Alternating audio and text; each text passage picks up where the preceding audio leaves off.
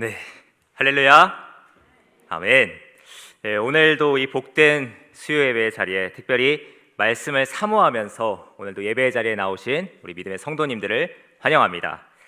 우리는 계속해서 마가복음 산책이라는 테마로 수요일마다 마가복음의 말씀을 함께 나누고 있습니다. 오늘 우리가 함께 나눌 말씀은 앞선 본문에 이어지지만 어떤 의미에서는 참 독특한 구조로 되어 있습니다. 왜냐하면 앞에 있는 13절의 말씀과 바로 뒤에 이어지는 30절의 말씀을 보게 되면 오늘 본문이 굳이 있지 않더라도 자연스럽게 이어지는 말씀이기 때문이죠. 그런데 오늘 마가는 이 두 구절 사이에 오늘의 말씀을 기록하고 있습니다. 네, 예전에도 한번 들은 적이 있었습니다.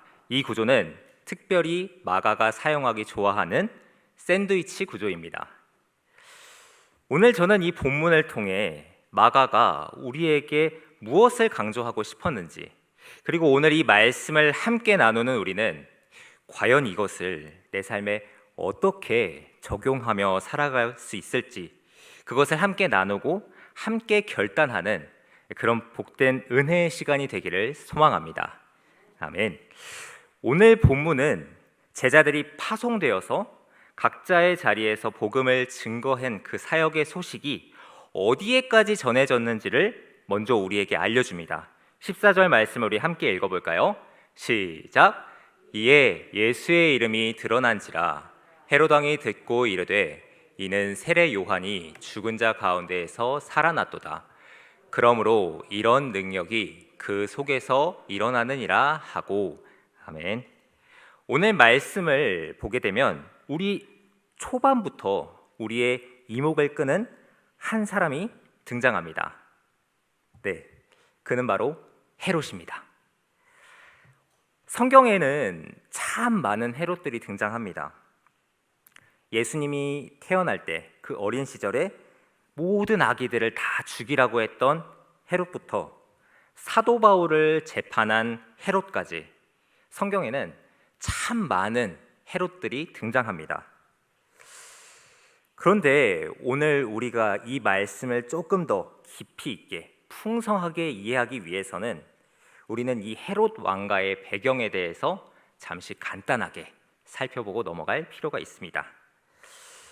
당시 로마 황제를 대신해서 유대 팔레스타인 지역을 다스린 이 헤롯 가문은 에돔 출신의 이방인 가문이었습니다. 완전한 유대인이 아니라 반쪽짜리 유대인이었죠. 그래서 그들은 그 유대 민족의 아주 유력한 집안이죠. 하스몬 왕가의 딸과 결혼해서 유대인의 환심을 싹 사려고 했습니다.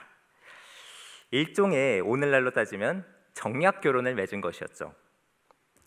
이 시간 잠시 사진을 함께 보겠습니다. 지금 우리가 앞에서 보고 있는 이 사진은 신약시대 헤롯 가문의 가계도입니다. 지금 이 그림을 보게 되면 맨 위에 헤롯 대왕이 있죠. 그 바로 밑에 5명의 사람의 이름이 써 있습니다. 네, 우리가 아는 것처럼 저 5명의 사람 모두가 저 헤롯 대왕의 아내입니다. 우리가 이 사진만 보더라도 이 집안의 혼인관계가 얼마나 복잡한지가 드러납니다. 그리고 이들은 자신의 권력을 위해서라면 자신의 가족들과도 혼인하는 유대인의 율법과 하나님의 말씀에는 정면으로 배반되는 그런 죄를 짓습니다. 사진 한 번만 더 띄워주시겠습니까? 여기서 오늘 우리가 함께 살펴볼 헤롯 안티파스, 여기서는 이제 헤롯 안디바라고 기록이 되어 있는데요. 이 헤롯 안티파스는 이미 결혼을 한 상황이었습니다. 그런데 권력에 대한 이 욕심이 아주 강했던 이 헤롯은 넘지 말았어야 할 그 선을 넘고 맙니다. 그것은 헤롯이 자신의 배다른 형제 빌립 1세와 이미 결혼한 헤로디아를 자신의 아내로 취한 것입니다. 이것은 율법에도 명시되어 있는 큰 죄악이었습니다. 하지만 헤롯과 헤로디아는 아랑곳하지 않고 자신들의 욕심과 자신들의 야망을 쫓아갔습니다. 이제 그들은 더욱 견고한 권력을 확보했습니다. 이제 누구도 더 이상 이 헤롯 대왕을 대항할 사람이 없을 것 같습니다. 그런데 오늘 이 살아있는 권력인 이 헤롯 대왕의 불의에 정면으로 대항해서 책망하는 한 사람이 등장합니다. 그가 누구였습니까? 네, 바로 세례 요한이었습니다. 광야에 외치는 소리가 된 이 세례 요한은 살아있는 권력 헤롯과 살아있는 권력의 아내 헤로디아, 그 헤로디아의 죄악을 책망하고 그로 인해서 투옥됩니다. 지금까지 내가 하는 일에 그 누구도 감히 토를 달지 못했는데 감히 나를 비난하고 나에게 맞서? 헤롯은 분명히 이런 감정이 들었을 것입니다. 괘씸했을 것입니다. 화가 나고 한편으로는 도대체 이 자가 누구이길래 나에게 이런 말까지 할 수 있는가? 한편으로는 궁금했을 것입니다. 그래서 헤롯은 요한을 찾아갑니다. 감옥에 투옥된 요한을 찾아가죠. 그리고 요한으로부터 많은 권면과 책망의 말씀을 듣습니다. 성경은 이 모습을 이렇게 기록합니다. 19절에서 20절 말씀입니다. 우리 함께 읽겠습니다. 시작. 헤로디아가 요한을 원수로 여겨 죽이고자 하였으되 하지 못한 것은 헤롯이 요한을 의롭고 거룩한 사람으로 알고 두려워하여 보호하며 또 그의 말을 들을 때에 크게 번민을 하면서도 달갑게 들음이러라. 아멘. 헤롯은 이 요한을 만나 대화할 때면 그가 거룩하게 구별되고 의로운 사람이라는 사실을 그의 대화를 통해서 깨달았습니다. 그리고 그와 대화를 할 때면 그의 가슴 한쪽이 뜨거워지고 가슴 한편에서 그 실오라기 같이 남아있던 그 양심의 소리가 자신을 자꾸만 채찍질하는 것을 계속해서 헤롯은 느꼈습니다. 이런 그의 모습을 성경은 크게 번민하였다라고 기록하고 있습니다. 헤롯에게도 일말의 양심이 있었던 것일까요?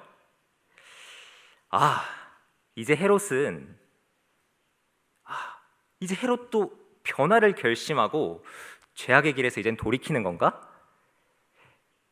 어쩌면 요한은 기대했을지도 모릅니다. 하지만 거기까지였습니다. 헤롯은 아내와 주변 사람들의 눈치를 보면서 돌이키지 않았습니다.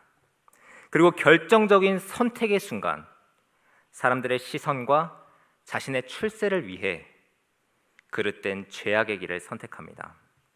네, 그렇습니다.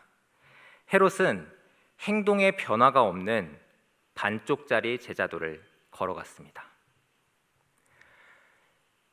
우리는 헤롯 왕과 헤로디아의 모습을 보며 한 인간이 자신의 욕망을 위해 그 욕망을 이루기 위해서 얼마나 타락할 수 있는지 그 실상을 보게 됩니다. 그들은 자신의 성공과 자신의 출세를 위해서라면 윤리도 도덕도 모두 폐지해버립니다. 헤롯은 왕으로서 그 정통성과 그 평판을 얻는 것이 자신의 우상이었습니다. 그리고 그의 아내 헤로디아는 권력자의 아내로서 그 권세를 누리는 삶, 그것이 자신의 우상이었습니다. 그래서 온갖 권모술수를 동원해서 자신들이 만든 그 신, 자신들이 만든 그 우상을 섬기기 위해 그것에 걸림돌이 되는 세례 요한을 죽인 것이죠. 이런 헤롯의 모습을 보면은 어떤 의미에서는 오늘날 우리가 살아가고 있는 우리의 사회의 모습과도 참으로 닮은 점이 많은 것 같습니다. 내 출세를 위해서라면, 내 자녀의 성공을 위해서라면 몰래 불법도 저지르는 사람들의 모습을 우리는 종종 뉴스를 통해 듣게 됩니다. 그런데 참으로 신기한 것은 이것이 몇몇 유력한 지도층들만의 이야기가 아니라는 것입니다. 오늘 우리에겐 이런 모습이 없을까요? 우리가 이 강단에서 선포되어지는 말씀을 들을 때면, 그리고 그 말씀을 읽을 때면 우리의 마음에서 양심의 소리가 들립니다.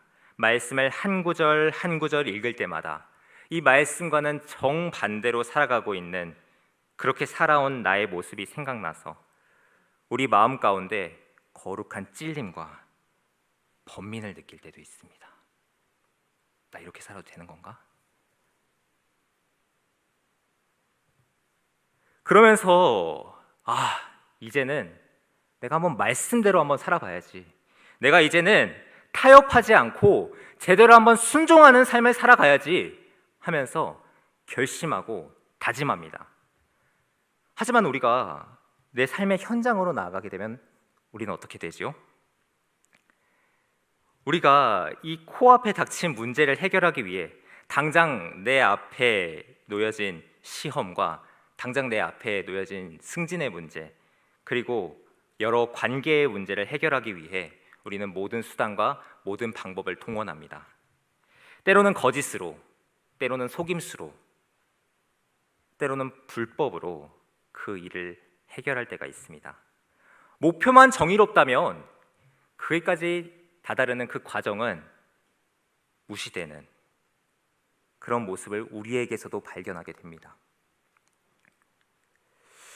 이런 우리의 모습을 보게 되면 우리의 심령이, 우리의 마음이 마치 예수님께서 비유하셨던 가시떨기밭에 떨어진 그 씨앗의 모습과도 같지 않은가 하는 생각이 자연스럽게 떠오릅니다. 이처럼 우리는 헤롯의 반쪽짜리 제자도를 보면서 말씀은 열심히 듣지만 번민하면서 괴로워하면서 죄책을 느끼면서 이제는 이렇게 살면 안 되지 하면서 말씀은 열심히 듣지만 정작 결정적인 순간에 그릇된 선택을 하는 우리의 실상을 발견하게 됩니다. 그렇다면 우리는 어떻게 참된 제자의 길을 걸어갈 수 있을까요? 참된 제자도를 걷는 삶이란 무엇일까요? 그것에 대한 해답과 기준을 제시하는 사람이 바로 오늘 등장하는 두 번째 인물, 세례 요한입니다. 제사장 사가랴의 집안에서 태어난 요한은 오랜 시간 광야 공동체 생활을 해왔습니다. 오늘날로 따지면 그 광야 공동체는 수도원과 같은 곳이었습니다. 그 수도원과 같은 곳에서 말씀을 연구하면서 조용히, 세상과는 조금 거리를 두고 조용히 멀어진 삶을 살고 있었죠. 그런데 어느 날 하나님의 말씀이 요한에게 임합니다. 성경은 그 말씀이 임하는 장면을 우리에게 자세하게 기록하고 있지는 않습니다. 하지만 우리는 긴 세월의 광야 생활 동안에 그 생활에 익숙해졌던 그 요한이 죄악이 만연하고 혼란스러운 그 유대 도시로 간다는 것, 그것은 결코 쉽지 않은 결정이었다라는 것을 우리는 이해할 수 있습니다. 하지만 그에게 하나님의 말씀이 임했을 때, 하나님의 부르심이 임했을 때, 하나님의 콜링, 소명이 임했을 때 그는 즉시 순종했습니다. 이제 구약의 마지막 선지자 요한은 하나님의 부르심에 순종하며 주님의 길을 예비하는, 오신 예수 그리스도의 길을 예비하는 제자도를 걸어갑니다. 그렇다면 이 제자도를 걸어가는 요한의 모습은 어떠했을까요?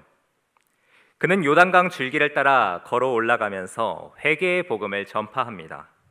그 모습의 마태는 이렇게 기록합니다. 마태복음 3장 2절 말씀입니다. 회개하라, 천국이 가까이 왔느니라. 아멘. 요한은 예수님의 오심을 준비하면서 이렇게 회개하라, 천국이 가까이 왔느니라 선포하며 회개를 촉구합니다. 이때 사람들의 반응은 어떠했죠? 마태복음 3장 5절에서 6절 말씀은 이렇게 기록하고 있습니다.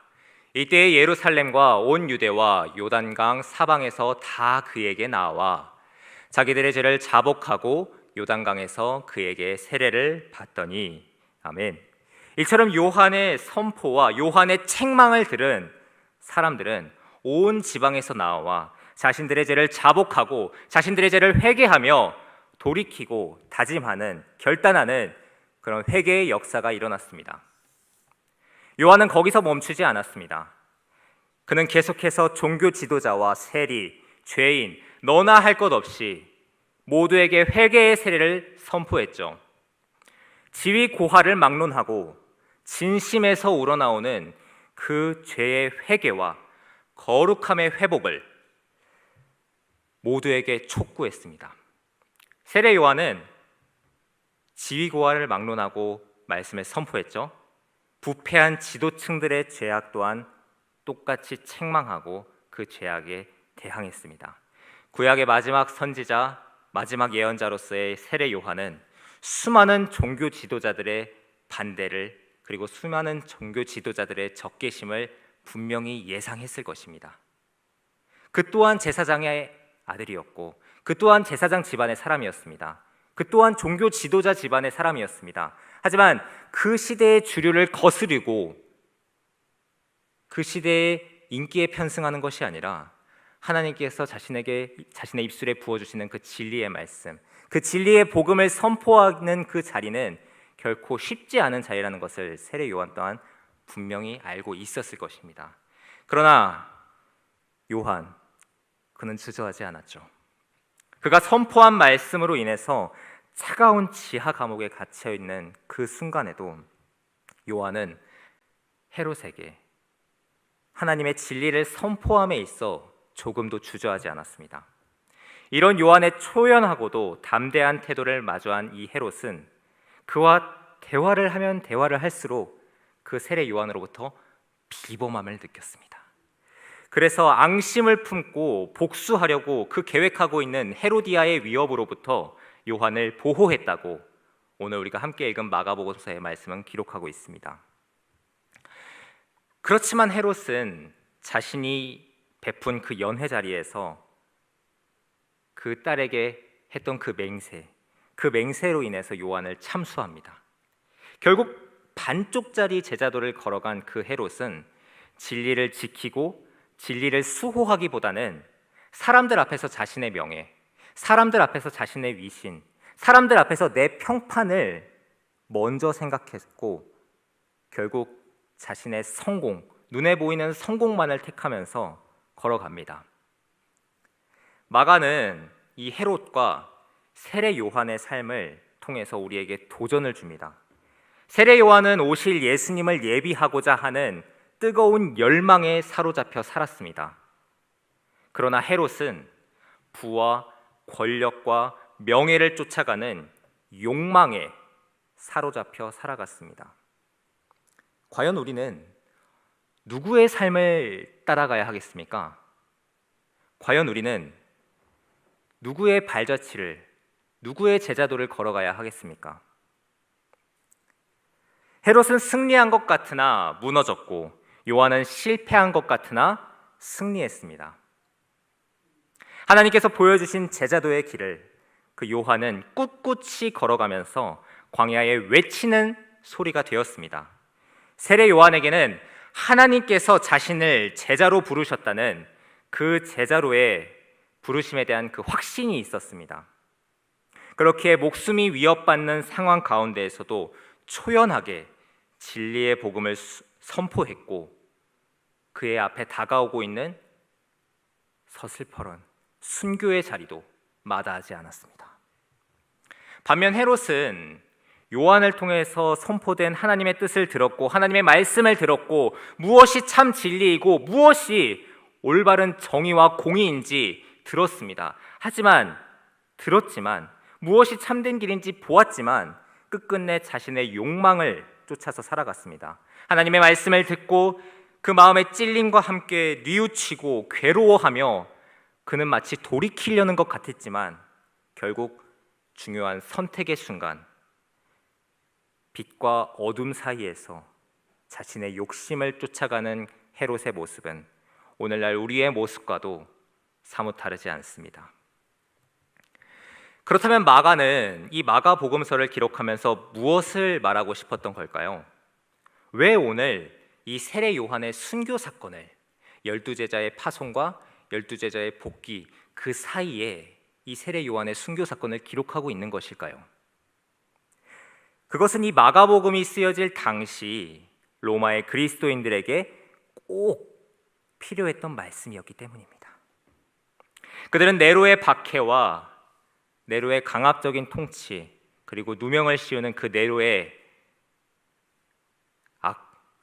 그 악으로 인해서 순교의 위험에 직면했습니다. 언제 죽을지 모르고, 언제 내가 잡혀갈지 모르고, 언제 내 가족이, 내 이웃이 언제 죽을지 모르는 그런 위험 가운데에서, 그런 목숨이 위협받고 있는, 내 생존이 위협받고 있는 그런 위험 가운데에서 살아갔습니다.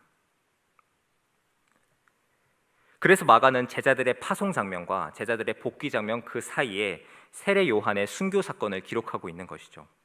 순교와 박해의 위협 가운데 살아갔던 그 로마의 기독교인들에게 예수님께서도 똑같이 그들과 함께 모욕당하고 십자가에 달려 돌아가셨지만, 그뿐만 아니라, 그 예수님뿐만 아니라 세례 요한 또한, 세례 요한을 비롯한 주님의 제자들 또한 그들과 동일한 위협 속에서 자기를 부인하고 자기의 십자가를 지고 주님을 쫓았다는 것을 그는 담대하게 진술하고 있는 것입니다.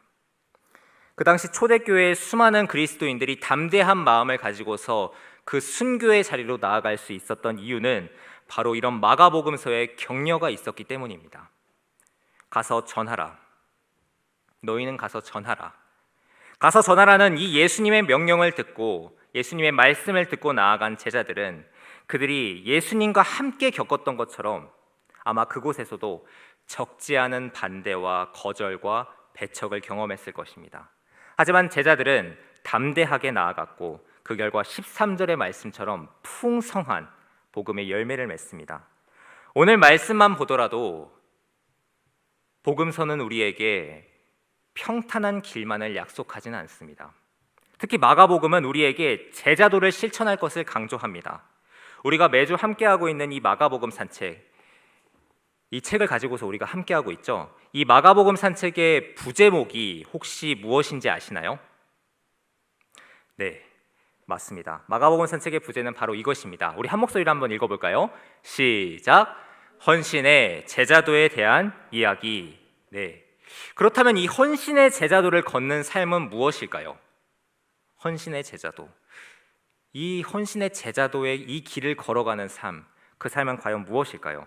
예수님께서는 무리와 제자들에게 그리스도를 따르는 제자도란 과연 무엇인가에 대해서 우리 오늘 읽은 마가복음 6장 뒤에 마가복음 8장에 이렇게 기록하고 있습니다. 마가복음 8장 34에서 35절 우리 한 목소리로 함께 읽어보겠습니다. 시작! 무리와 제자들을 불러 이르시되 누구든지 나를 따라오려거든 자기를 부인하고 자기 십자가를 지고 나를 따를 것이니라. 누구든지 자기의 목숨을 구원하고자 하면 잃을 것이요 누구든지 나와 복음을 위하여 자기 목숨을 잃으면 구원하리라. 아멘. 오늘 요한은 하나님께서 보여주신 비전과 하나님께서 보여주신 사명을 따르기 위해서 자신이 지금까지 누려왔던 안락과 그 광야에서의 평안한 삶을 모두 내려놓고 순교의 자리로 나아갔습니다. 예수님께서는 하늘 보좌를 내려놓으시고 이 땅으로 내려오셨죠. 이 땅 가장 낮은 곳으로 내려오셔서 십자가를 지셨습니다. 제자들은 그리스도의 증인된 삶을 살아가기 위해서, 예수 그리스도의 복음을 증거하는 증인으로서의 삶을 살아가기 위해서 사역의 걸림돌이 되는 모든 것을 다 내려놓고 담대히 예수와 복음을 위해 살았습니다. 그렇습니다. 제자의 길을 걷는다는 것, 제자도를 간다는 것, 그것은 결코 쉽고 평탄한 길만 있지는 않습니다. 손해보는 일, 억울한 일, 포기해야 하는 일, 그 일을 따르기 위해서는 우리에게 내려놓음의 고백이 반드시 함께 해야 합니다. 마지막으로 오늘 본문의 말씀 중 14절의 말씀을 다시 한번 살피며 말씀을 마무리하고자 합니다. 마가복음 6장 14절의 말씀입니다. 함께 읽어보겠습니다. 시작! 이에 예수의 이름이 드러난지라. 아멘. 여기까지만 읽겠습니다. 네. 이에 예수의 이름이 드러난지라. 오늘 본문의 말씀 다시 한번 띄워주시겠습니까? 네. 이 오늘 본문의 말씀은 예수님의 이름이 드러나는 것으로 시작됩니다. 그런데 이 앞에 우리가 자세히 살펴보게 되면은 앞에 이에라는 접속사가 붙습니다. 이에라는 말이 담고 있는 내용이 무엇일까요? 그것은 12제자의 사역이었습니다. 바로 앞구절인 12절에서 13절의 말씀을 보게 되면 이렇게 기록되어 있습니다. 제자들이 나가서 회개하라 전파하고 많은 귀신을 쫓아내며 많은 병자에게 기름을 발라 고치더라. 아멘. 결국 이해라는 접속사는 바로 앞구절의 말씀을 통해 예수님의 이름이 온 천하에 드러나게 된 것임을 나타내주고 있는 것이죠. 오늘 예수님의 제자들과 세례 요한이 걸어간 그 제자의 길에는 공통점이 있습니다. 그것은 그들의 삶을 통해서 오직 예수님만이 높여졌다는 사실이죠. 그렇습니다. 제자의 삶은 예수 그리스도를 드러내는 삶입니다. 세례 요한은 오실 예수님의 그 길을 예비하면서 살아갔습니다. 그래서 요한은 요한복음 3장 30절에 그는 흥하여야 하겠고 나는 쇠하여야 하겠다라고 고백합니다. 그리고 이제 이 믿음의 바통, 이 제자들이 이어받았던 이 믿음의 바톤은 오늘 우리에게 주어졌습니다. 저와 여러분에게 이 믿음의 바톤이 지금 이 시간 이 말씀을 통해 주어집니다. 우리는 그리스도의 제자로서 다시 오실 예수님, 그 영광의 모습으로 다시 오실 예수님을, 그 예수님의 길을 예비하면서 살아가야 합니다. 우리가 교회에서 봉사하고 헌신할 때 오직 예수 그리스도의 이름만이 드러나기를 소망합니다.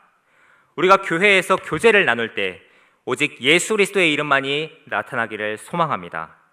우리는 연약해서 주님보다 나를 드러내고 싶고 예수님보다 나를 높이고 싶을 때가 있습니다. 그것이 우리가 연약한 인간이기 때문이고 그것이 우리가 연약한 죄인이기 때문입니다. 그러나 마가는 제자들이 나가서 사역할 때 제자 자신의 이름이 드러난 것이 아니라 오직 예수님의 이름이 드러났다고 기록합니다. 저는 우리 주일학교의 선생님들이 아이들을 양육하고 아이들을 가르칠 때에 오직 선생님이 이름이 아닌 오직 예수님의 이름이 드러나기를 소망합니다. 가정에서도 직장에서도 오직 예수님의 이름이 드러나기를 소망합니다. 저는 특별히 우리 상도제일교회가 오직 예수님의 이름만을 드러내는 교회가 되기를 소망합니다. 나의 나된 것은 하나님의 은혜라는 사도 바울의 고백처럼 우리의 모든 삶 가운데 오직 예수님의 이름만이 드러나기를 간절히 소망합니다. 오직 예수님의 이름만이 높임을 받으시기를 간절히 소망합니다. 그런 복음의 복된 제자도를 함께 걸어가는 진정한 형통의 길을 함께 걸어가는 저와 여러분이 되시기를 우리 주님의 이름으로 간절히 소망합니다. 아멘. 함께 기도하겠습니다. 사랑의 하나님, 우리를 제자의 길로 부르신 하나님 감사합니다. 우리를 불러주시고 우리를 구별하시고 우리를 지명하시고 창세전부터 우리를 택하셔서 하나님 나라의 확장에 그 복음의 역사에 우리를 동참하게 하시니 감사합니다. 오늘 참된 제자도를 걸어갔던 그 세례 요한처럼 우리 또한 예수님의 참 제자가 되기를 간구합니다. 우리가 나아가는 그 모든 자리에서 오직 예수님의 이름만이 드러나는 그런 복음의 통로로서 귀하게 쓰임받게 하여 주시옵소서. 우리 상도제일교회가 예수님의 이름만을 높이는 귀한 복음의 통로로서 이 시대 가운데 귀하게 빛과 같이 소금과 같이 쓰임받는 그런 교회가 되게 하여 주시옵소서. 감사합니다. 거룩하신 예수님의 이름으로 기도드립니다. 아멘.